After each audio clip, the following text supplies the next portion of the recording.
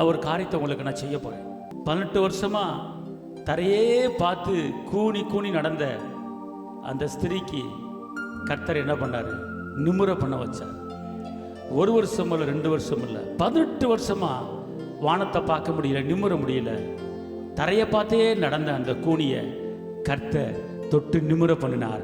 நிமிர்ந்து நடந்தார்.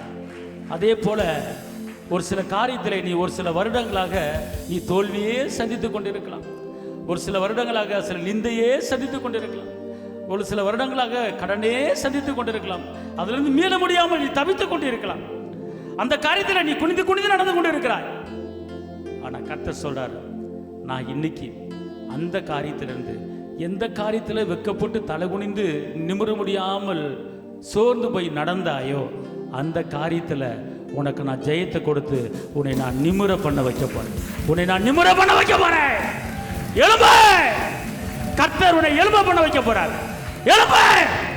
நீ குனிந்து நடந்த காரியங்கள், நீ வெக்கப்பட்ட நடந்த காரியங்கள் கர்த்தர் உன்னை நிமிர பண்ண வைக்கிறாரு.